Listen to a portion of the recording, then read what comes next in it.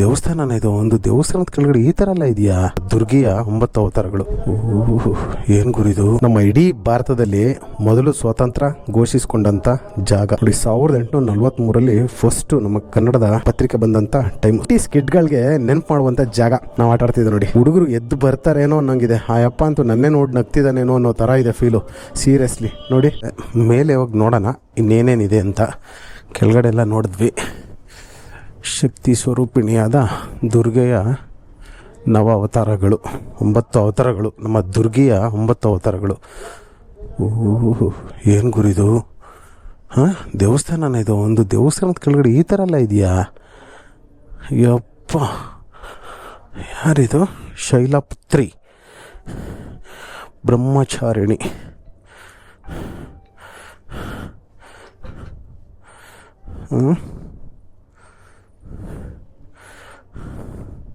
Concept ತುಂಬ ಚೆನ್ನಾಗಿದೆ, ನಂಗೆ ತುಂಬ ಇಷ್ಟ ಆಯಿತು. ಚಂದ್ರಘಂಟ ಇವ್ರು ಯಾರು? ಬೋರ್ಡ್ ಹಾಕಿಲ್ಲ, ನನಗೆ ಗೊತ್ತಾಗಲ್ಲ. ಕುಷ್ಮಂಡ, ಸ್ಕಂದ ಮಾತ. ಆ್ಯಕ್ಚುಲಿ ನಾವು ಚಾಮುಂಡಿ ಅಂತ ಪೂಜೆ ಮಾಡ್ತೀವಿ ಅನ್ಕೋತೀನಿ ಇದನ್ನು, ಈ ತಾಯಿನ. ಕ್ಯಾತ್ಯಾಯಿನಿ. ಸೀರಿಯಸ್ಲಿ ಇನ್ನೊಂದು 2 ನಿಮಿಷ ನಿಂತ್ಕೊಂಡು ನೋಡ್ತಿದ್ರೆ ಎದ್ದು ಬಂದ್ಬಿಡುತ್ತೇನೋ ಅನ್ನೋ ಫೀಲ್ ಬರ್ತಿದೆ ನನಗಂತೂ. ಕಾಳರಾತ್ರಿ, ಚಂಡಿ, ಚಾಮುಂಡಿ, ಭದ್ರಕಾಳಿ, ಇವರು ಮಹಾಗೌರಿ. ಎಷ್ಟು ಮುದ್ದಾಗಿದೆ ಇಲ್ಲ? ಆ್ಯಕ್ಚುಲಿ ಆ ಮುಖದ ಅವತಾರಗಳನ್ನ ಎಷ್ಟು ನೀಟಾಗಿ ಮಾಡಿದ್ದಾರೆ ನೋಡಿ. ಮಂಗಳ ಗೌರಿ ಮುಖ ನೋಡ್ತಿದ್ರೆ ಎಷ್ಟು ಮುಗ್ಧತೆ ಕಾಣಿಸ್ತಿದೆ. ಹಾಗೆ ನಿಮ್ಗೆ ಇನ್ನೊಂದು ತೋರಿಸ್ತೀನಿ ಬನ್ನಿ. ಇಲ್ಲೇ ಪಕ್ಕದಲ್ಲಿ ಇರುವಂಥದ್ದು ಕಾಳರಾತ್ರಿ ನೋಡಿ. ಆ ರೌದ್ರತೆ ಹೆಂಗೆ ಕಾಣಿಸ್ತಿದೆ ಅದರಲ್ಲಿ. ನಿಜವಾಗ್ಲೂ ಆ ಶಿಲ್ಪಿಗೆ, ಕೆತ್ತಿರ್ತಕ್ಕಂಥ ಶಿಲ್ಪಿಗೆ ನಿಜವಾಗ್ಲೂ ಕೋಟಿ ನಮನ ದೇವರು ನಂದಂತೂ. ನಿಜವಾಗ್ಲೂ ಅಷ್ಟು ಅದ್ಭುತವಾಗಿ ಕೆತ್ತಿದ್ದಾರೆ. ಇದೆಲ್ಲ ಬಿಡಿ, ಇದರಲ್ಲಿ ಮಾಡೋದು ಆರ್ಟಿಫಿಷಿಯಲ್ಲು. ನೋಡು, ಸಿರಿಗನ್ನಡಂ ಮೆಲ್ಗೆ ಸಿರಿಗನ್ನಡಂ ಬಾಲ್ಗೆ. ನಮ್ಮ ಕನ್ನಡ ತಾಯಿ ಜೈ ಭುವನೇಶ್ವರಿ, ಶಾರದೆ ತಾಯಿ ಇರಬೇಕಿದು. ಶಾರದಾ. ಇದು ಸಿದ್ಧಿದಾತ್ರಿ. ವಿಗ್ರಹಗಳನ್ನ ಮುಖಗಳನ್ನ ನೀಟಾಗಿ ಚೆನ್ನಾಗಿ ಕೆತ್ತಿದ್ದಾರೆ. ಕೈಲಾಸದಲ್ಲಿ ಶಿವ ಮತ್ತು ಪಾರ್ವತಿ.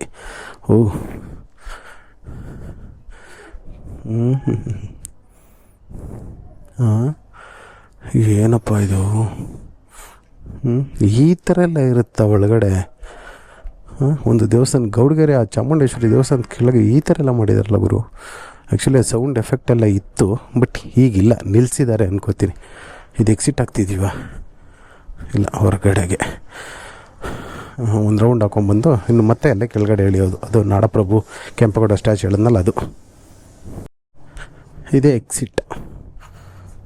ಆ್ಯಕ್ಚುಲಿ ಸಿಮೆಂಟಲ್ಲಿ ಕಟ್ಟಿರುವಂಥದ್ದು ಇದು. ಪಿಲ್ಲರ್ ಹಾಕಿ ನೋಡಿ, ಇದೆಲ್ಲ ಪಿಲ್ಲರ್ ಹಾಕಿ ಕಟ್ಟಿದ್ದಾರೆ. ಇಲ್ಲೆಲ್ಲ ಕಾಣಿಸ್ತಿದೆ ಪಿಲ್ಲರು. ಇದ್ರ ಮೇಲ್ಗಡೆನೇ ತಾಯಿ ಚಾಮುಂಡಿದು ವಿಗ್ರಹ ಇರೋದು, ಆ ಗೌಡಗೆರೆ ಚಾಮುಂಡಿ ತಾಯಿದು. ಇಲ್ಲೇನುಂಟು ದಾರಿ ಹೊರಗಡೆಗೆ. ದೇವಸ್ಥಾನ ಕ್ಲೋಸ್ ಮಾಡಿದಾರಲ್ಲ, ಇಲ್ಲೊಂದಿತ್ತು ಅನ್ಸುತ್ತೆ. ಇಲ್ಲಿ ಏನೋ ಇದೆ ಗುರು. ಭರತ ಮಾತೆ ದೇವಸ್ಥಾನ ಎಲ್ಲ ಇದೆ. ಇಲ್ಲಿ ಹೋಗೋಕ್ಕೆ ಅವಕಾಶ ಇಲ್ವಾ ನಮಗೆ? ಬೇರೆ ಎಲ್ಲಾರು ಇದೆಯಾ? ಆ ಕಡೆಯಿಂದ ಬರಬೇಕಾ? ಆ ಕಡೆಯಿಂದ, ಎಕ್ಸಾಕ್ಟ್ಲಿ ಆ ಕಡೆಯಿಂದ. ರವೀಂದ್ರನಾಥ ಠಾಕೂರ್, ಗೋಪಾಲಕೃಷ್ಣ ಗೋಖಲೆ ಮತ್ತು ಲಾಲ್ ಬಹದ್ದೂರ್ ಶಾಸ್ತ್ರಿ ಅವರು. ರೈಟ್. ಶಿವಾಜಿ, ಛತ್ರಪತಿ ಶಿವಾಜಿ. ಈ ಕಡೆ ಸ್ವಾಮಿ ವಿವೇಕಾನಂದ ಅವರು. ಹಾಗಾದರೆ ಮಹಾರಾಣಾ ಪ್ರತಾಪ. ಶಿವಾಜಿದು ಸಖತ್ತಾಗಿ ಬಂದಿದೆ ಗುರು. ಇನ್ನು ಸ್ವಲ್ಪ ಎದ್ದಾಳಲ್ವ, ಸ್ವಲ್ಪ ಹೈಟಾಗಿ ನಿಲ್ಲಿಸಿದ್ರೆ ಇನ್ನೂ ಸಖತ್ತಾಗಿರೋದು. ಸೂಪರಾಗಿ ಬಂದಿದೆ ವಿಗ್ರಹ ಮಾತ್ರ. ದೆನ್ ಈ ಕಡೆ ಬಂದರೆ ಜ್ಯೋತಿಬಾ ಫೂಲೆ, ರಾಜಾರಾಮ್ ಮೋಹನ್ ರಾಯ್. ಇವರೆಲ್ಲ ಹೆಸರು ಕೇಳಿದ್ವಿ, ನೋಡಿರಲಿಲ್ಲ. ವಿಗ್ರಹಗಳು ನೋಡಿ ಇವತ್ತು ಇದು ಮಾಡ್ಕೋತಾ ಇದ್ದೀವಿ. ದಯಾನಂದ ಸರಸ್ವತಿ.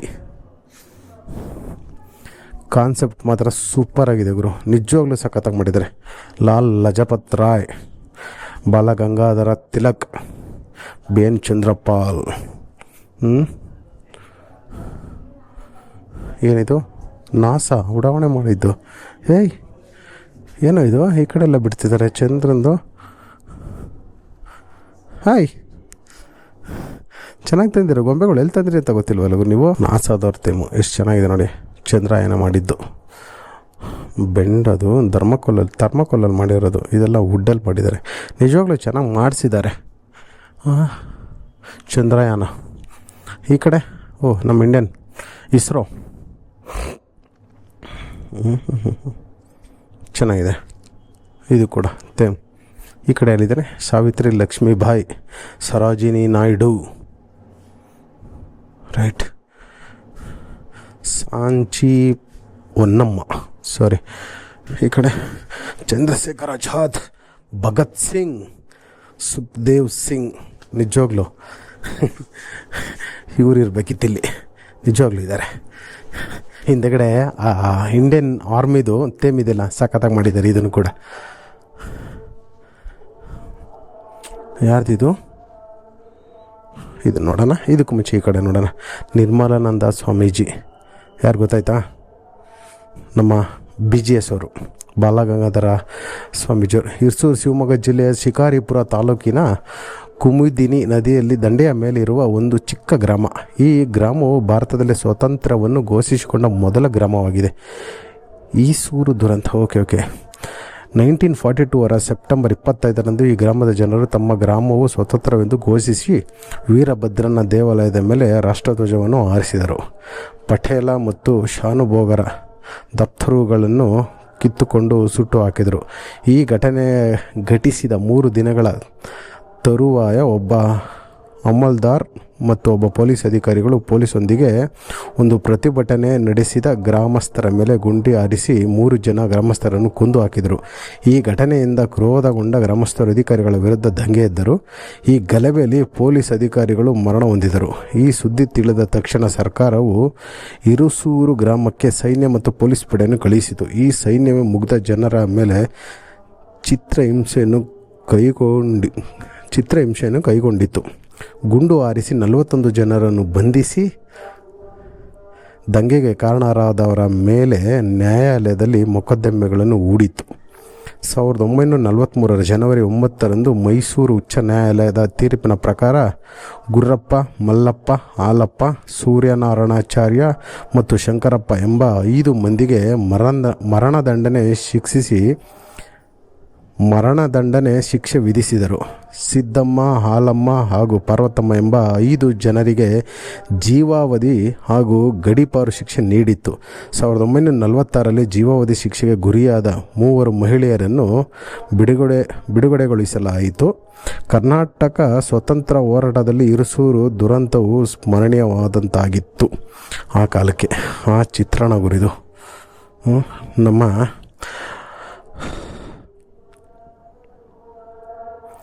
ನಮ್ಮ ಇಡೀ ಭಾರತದಲ್ಲಿ ಮೊದಲು ಸ್ವಾತಂತ್ರ್ಯ ಘೋಷಿಸಿಕೊಂಡಂಥ ಜಾಗ ಈಸೂರು ದುರಂತ, ಶಿವಮೊಗ್ಗ ಜಿಲ್ಲೆದು. ಒಂದ್ಸಲ ವಿಸಿಟ್ ಮಾಡಬೇಕು.